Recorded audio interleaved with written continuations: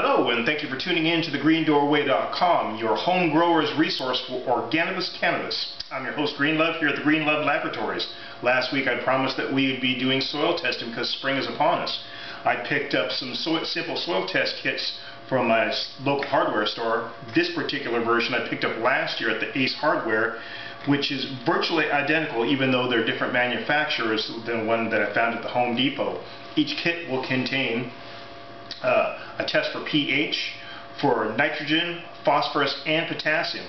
I'd already run the test, and one of the things that they don't tell you about is that in order to perform your test, you should get samples from different places inside your garden, so you have a more uniform idea of exactly what's going on.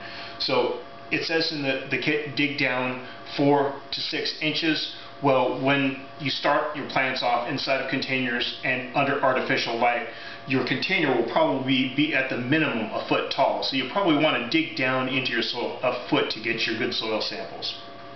I had already done the testing, and I know for a fact that my soil very uniformly is at a neutral pH. My nitrogen and phosphorus readings are also ideal. My potassium, on the other hand, for some reason my garden ended up using an awful lot, virtually all of the potassium in my garden. Inside of the description of this video, I made a link to a PDF that will give you resources for nitrogen, phosphorus, and potassium, organic sources. Knowing that I'm going to be needing potassium, well, a good source for organic potassium is dried blood. Living here in the Pacific Northwest because of the Twilight series, I know that we have a lot of vampires, so dried blood is not going to be a problem for me. But if you're not so lucky, dried molasses will work equally well. I really recommend that you check out this PDF because there are an awful lot of good things that you'll need to know for your garden. Aside from doing the soil testing, last week we started germinating some giant pumpkin seeds. And as promised, tap roots have already started to develop using the very same germination techniques that you're going to apply to your organic cannabis seeds. Now, I've already taken the preparatory step of making a perforated cup filled with soil. We're going to find one of these guys with a tap root. Ooh, here's a good candidate.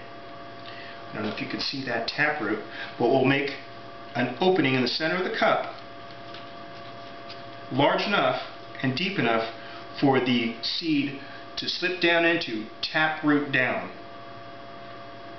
That way the tap root is easily nestled inside there and it'll have less difficult time breaking through the surface. And we'll just cover that guy up with a little bit of dirt, and he's going to go right back into the warm cabinet that I germinated him from. In a couple days, a couple of leaves will sprout up, and then we can put them into each of these plants into my room with artificial light. It's one of the reasons why my plants are so large come harvest time, is because they get a head start on spring by starting under artificial light. Your cannabis seeds are going to do the very same thing. So as an update, last week I had mentioned that I'd gotten a couple of clones donated to me from my friend the Colonel, just being under some 4-foot shop plants. Plants are growing great. Next week we'll probably do another video and transplant these into larger containers. We'll get into my soil mix then. A couple weeks back we've done a video of some bubble hash that I'd made for some brownies for a cancer patient friend of mine. One of my friends asked exactly what kind of dosage that you should put into a brownie mix. Now, this particular brownie mix calls for 1/3 of a cup. Because the hash is an oil-based product, it dissolves very easily into oils.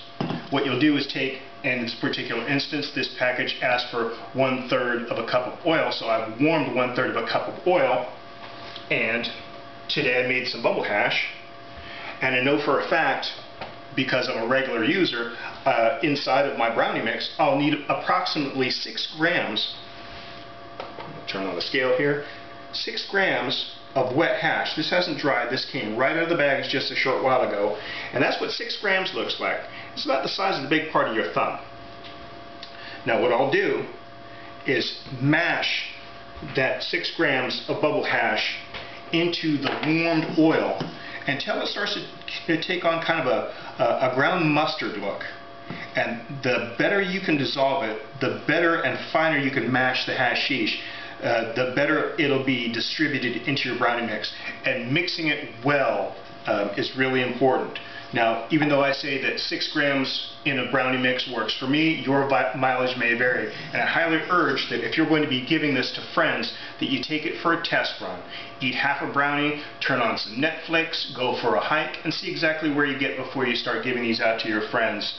Or get behind the wheel, or do any heavy equipment or anything like that. You know, definitely test out your product beforehand. Of course, I've made a batch for myself already this morning, and I'm going to dig into it.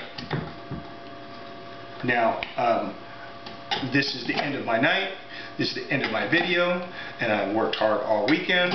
So it's time for me to turn on some Netflix and put up my feet and relax. Now, this is Green Love signing out from thegreendorway.com, your resource for Organibus cannabis, urging you to nurture nature because growing something is good for both your body and your soul. Thanks for tuning in, and I'll see you next week. Delicious!